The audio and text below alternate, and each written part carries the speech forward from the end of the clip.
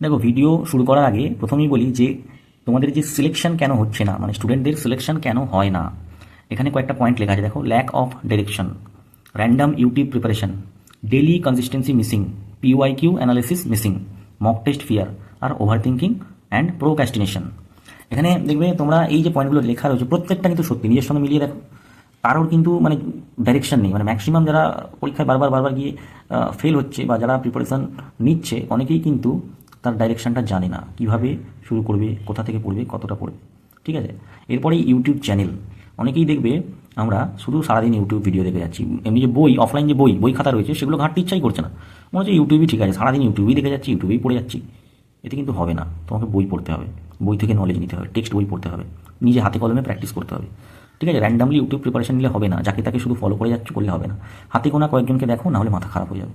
কয়েকজনকে সিলেক্ট করে রাখো যে আমি সায়েন্সের জন্য শুধু নীরজ স্যারকেই ফলো করবো, বা আমি ম্যাথের জন্য আমি সাহিল স্যারকেই ফলো করবো। ঠিক আছে, তাকে বিশ্বাস রেখে আমি আমার প্রিপারেশনটা এগিয়ে নিয়ে যাবো। তো এইভাবে চালাও। কনসিস্টেন্সি নেই, ডেলি তুমি আজকে 10 ঘন্টা পড়বে ভেবে পড়ে নিচ্ছ, কালকে 2 ঘন্টাও পড়তে পারছো না। এটা খুবই বাজে জিনিস। তুমি যদি আজকে 4 ঘন্টা পড়ো, কাল 5 ঘন্টা চেষ্টা করো, পরের দিন 6 ঘন্টা চেষ্টা করো, আস্তে আস্তে বাড়াতে থাকো এবং একটা কন্টিনিউ পড়াশোনার মধ্যে থাকো। ঠিক আছে। পিওয়াইকিউ অ্যানালিসিস করি না আমরা, কী করি না, প্রিভিয়াস ইয়ার কোশ্চেন ঘাঁটি না, দেখি না, ভয় পাই, বা মক টেস্ট দিতে ভয় পাই যদি কম পাই। আরে তুমি প্রথমে, আমি ধরেই নিচ্ছি একটা মক টেস্ট 100 নম্বরের হলে তুমি ধরে নিচ্ছি আমি 25-30 পাবে। এই তো আমাদের ব্যাচে এরকম ছেলে ছিল 100-তে 8 নম্বর পেতো, 100-তে পরীক্ষা দিলে 8 নম্বর পেতো, আজকে সেও চাকরি করছে। ঠিক আছে। শুরুতে তো সবাই এরকমই হয়। মক টেস্টে ভয়টাকে দূর করতে হবে, ওভার থিঙ্কিং থেকে বাঁচতে হবে।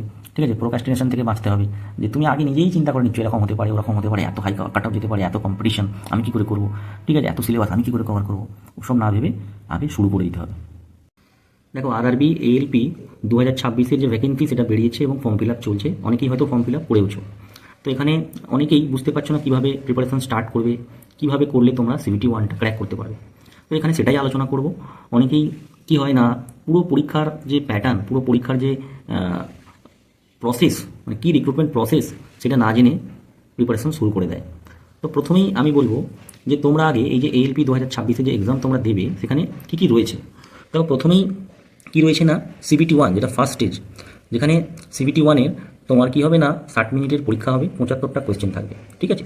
সিলেবাস নিয়ে কথা বলবো, তার আগে কী কী স্টেপ রয়েছে সেগুলো দেখো। ফার্স্ট স্টেজে তোমার কী রয়েছে না, CBT 1, যেখানে তোমার 75 নম্বরের এক্সাম হবে এবং সেটা তোমাকে কোয়ালিফাইং নেচারে পাস করতে হবে, এর নাম্বার কোথাও যোগ হবে না। ঠিক আছে। যেখানে 15 গুণ ক্যান্ডিডেটকে পাস করানোর পরে CBT 2 এর জন্য রাখা হবে। CBT 2-তে আবার দুটো পার্ট রয়েছে, part A, part B। Part এতে 90 মিনিটের এক্সাম হবে, 100টা কোয়েশ্চেন থাকবে। CBT 1-এর যে সিলেবাস রয়েছে প্রায় ওরকমই, কিছু জিনিস অ্যাড হবে।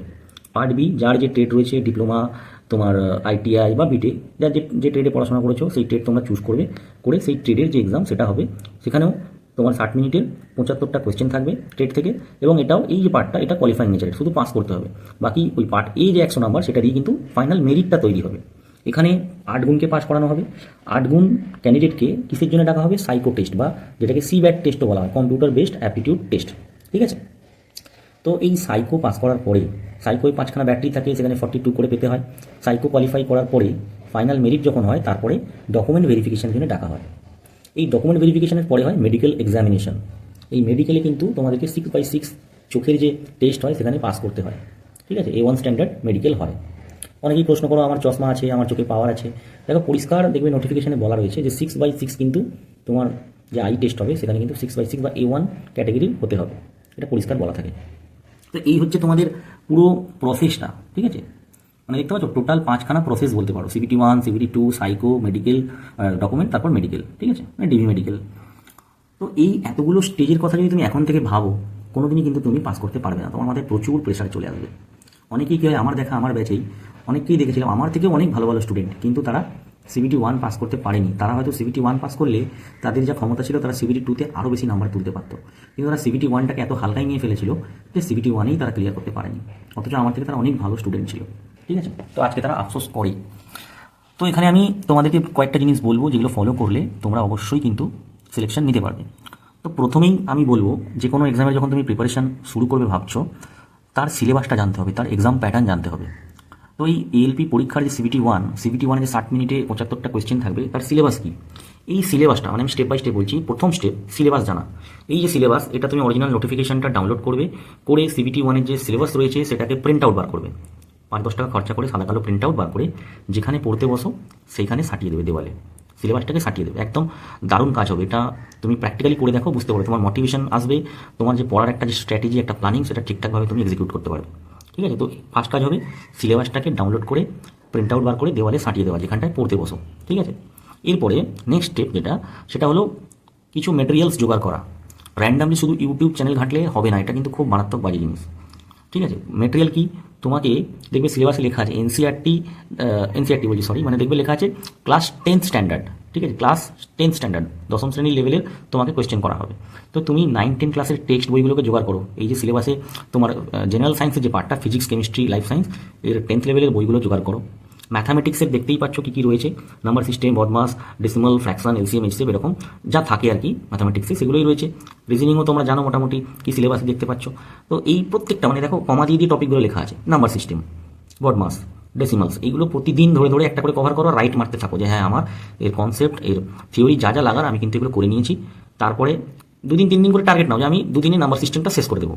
ঠিক আছে, যে কোনো একটা বই তুমি জোগাড় করো, অনেক বই আছে, হাজারো বই আছে, তুমি যে কোনো একটা বই আগে ধরে বেসিক জায়গাটা ক্লিয়ার করো। অনেক ভারী হেভি বই নেওয়ার দরকার নেই, যদি পারো ছায়া প্রকাশনীর হোক বা লীলা রয়ের যে বইগুলো রয়েছে রেলওয়ে প্র্যাকটিসের জন্য নিয়ে তুমি, বা সুবীর দাস রয়েছে, এইসব বই নিয়ে তুমি আগে বেসিক জায়গাটা ক্লিয়ার করো। যাদের বেসিক জায়গা ক্লিয়ার হয়ে গেছে আগে থেকেই, তারা রিভিশন দাও, প্রচুর পরিমাণে রিভিশন দাও। প্রত্যেকটা ওই টপিক ধরে ধরেই রিভিশন দাও যে আমি আজকে নাম্বার সিস্টেম থেকে 2 ঘন্টা 3 ঘন্টা প্র্যাকটিস করবো, আমি আজকে রেশিও প্রপোর্শন থেকে 2 ঘন্টা 3 ঘন্টা প্র্যাকটিস করবো। যাদের হয়ে গেছে মানে থিওরি কনসেপ্ট নেওয়া হয়ে গেছে, ঠিক আছে, যাদের হয়নি তারা আগে ডে বাই ডে আগে কনসেপ্ট নাও, প্র্যাকটিক্যাল জায়গাগুলোকে তৈরি করো, প্র্যাকটিস করো। প্রবলেম হলে ইউটিউব দেখো, ইউটিউবে বাংলা চ্যানেল অনেক রয়েছে, হিন্দি চ্যানেল রয়েছে, সবাইকে র্যান্ডামলি ফলো করবে না, 1-2 চ্যানেলকে ফলো করো। ম্যাথস উইথ মৃন্ময় স্যার রয়েছে, হিন্দিতে সাহি স্যার রয়েছে, এরকম অনেক চ্যানেল রয়েছে। যেমন ফিজিক্স কেমিস্ট্রির জন্য তুমি WB এক্সাম পোর্টাল রয়েছে, হিন্দিতে নীরজ স্যার রয়েছে সায়েন্স ম্যাগনেটের। তো এরকম 1-2জনকেই ফলো করো। ঠিক আছে, এবার অনেকে জিজ্ঞেস করবে কোচিং কি যেতে হবে। আমার অভিজ্ঞতা আমি বলছি, একটা কোচিংয়ে আমি ভর্তি হয়েছিলাম কলকাতায়। কিছুদিন আমি মানে মাস দেড়েক মতো গিয়ে আমি দেখলাম যে মানে 4টে অঙ্ক করাতে করাতেই সারাদিন সময় পার হয়ে যাচ্ছে।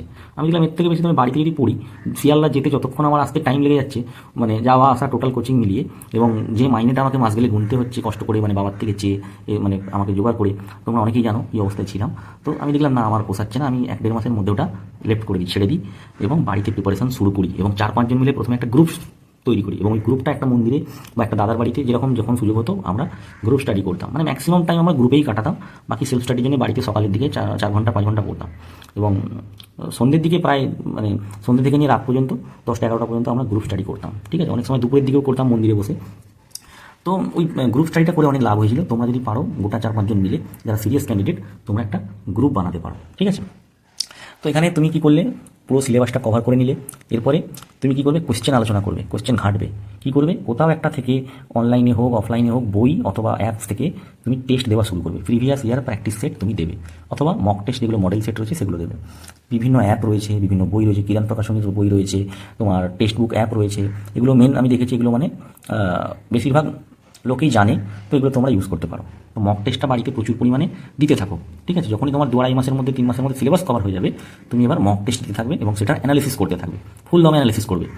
নেগেটিভ কম করার চেষ্টা করবে, নেগেটিভ যাতে না হয় সেই চেষ্টা করবে। ঠিক আছে, আমার মনে আছে যে আমি CBT 1-এ মাত্র 5খানা নেগেটিভ করেছিলাম। ঠিক আছে, তো এরকম অনেকেই আছে যারা নেগেটিভ করেই না, মানে 2-3টে নেগেটিভ করে, এরকম লোকও আছে।